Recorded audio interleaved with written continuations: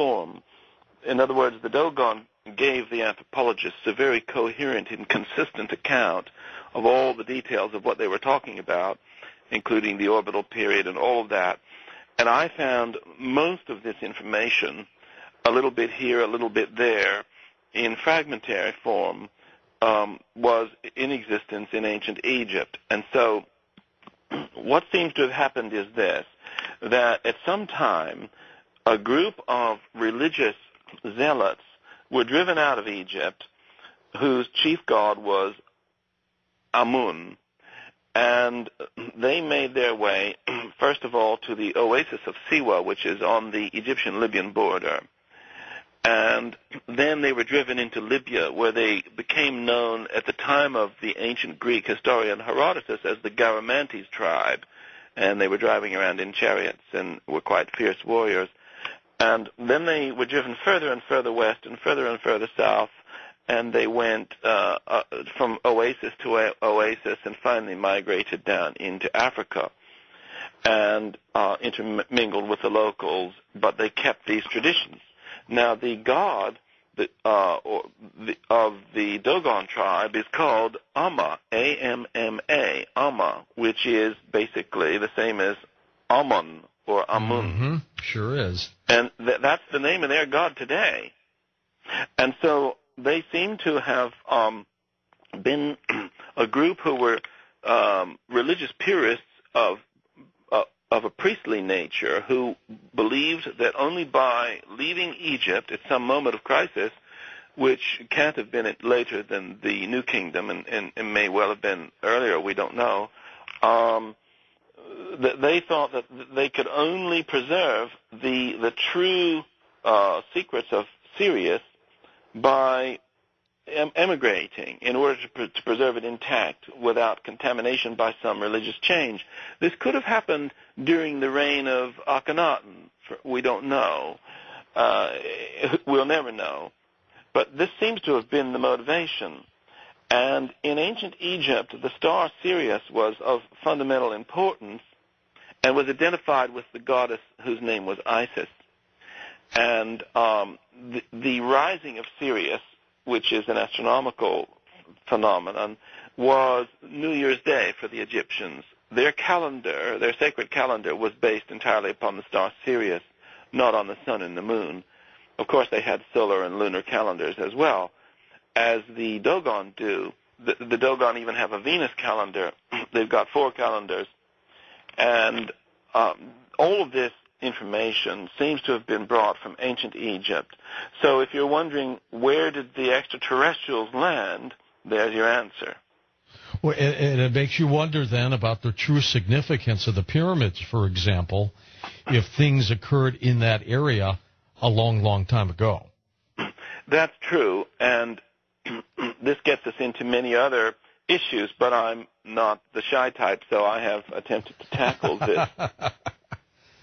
But as you notice, George, I'm so bashful, I can barely bring myself to speak to you. I like you, Mr. Temple. I like you too, George, even though we're on opposite sides of the ocean. But people will talk if we go on like this. Well, let me tell you, though, I could talk to you for hours. As long as this program is, believe it or not, 3 hours with you, this is something that we could talk about for the next 50 years. It is just fascinating. Did the tribe ever leave behind any, when you're talking about hieroglyphics, did they leave behind any symbols or drawings of what they said or believed these extraterrestrials to be, or their craft? Yes, many. And a lot of this is reproduced in my book. First of all, they do very detailed sand drawings of the orbital situation of the Sirius system, showing the planets and the stars, and all the orbits, by the way, are elliptical, not circular, so they've got that right. And they also do pictures of the beings who they say were aquatic. And they give very, very precise physical descriptions of them. They were air-breathing, but aquatic. So they were a bit like dolphins or whales, but they were They were a bit larger than humans, but not that much larger, and they had fish tails, but they weren't fish, because fish don't breathe air. They've got gills. So these are more like dolphin creatures. Now, how did they get here? Well, the Dogon describe this in the most intriguing way. First of all, they describe their landing vehicles, which are descriptions precisely like landing vehicles that we would have to land on the moon or Mars today. That is, with the roaring sound and raising the dust and the fire coming out of the bottom, which goes out after it lands, and all of that, which would be your standard everyday landing craft, which I suppose even very futuristic space explorers would still use to come down and land on a planet with an atmosphere, a normal rocket sort of arrangement.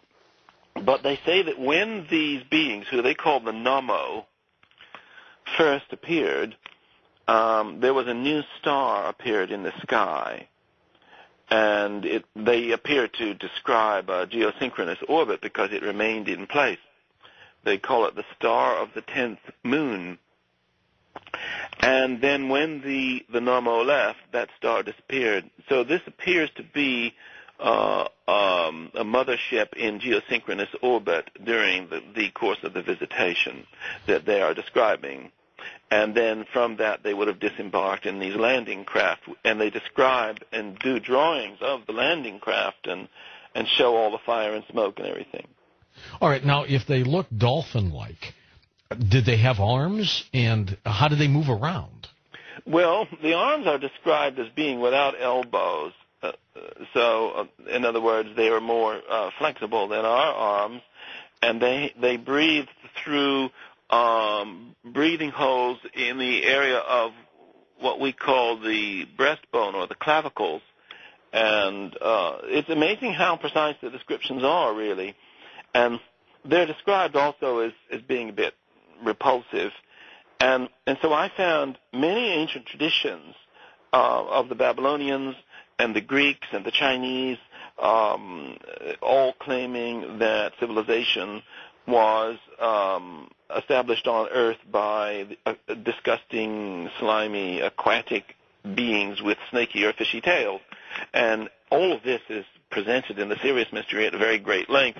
And in the revised edition of 1998, I added all the Chinese and Greek material, which I hadn't included in the original edition, where I concentrated on the Babylonian and Sumerian traditions. But when you look around at the very earliest accounts all over the ancient world, really you find the same thing everywhere, that civilization was established by these weird aquatic fishy beings.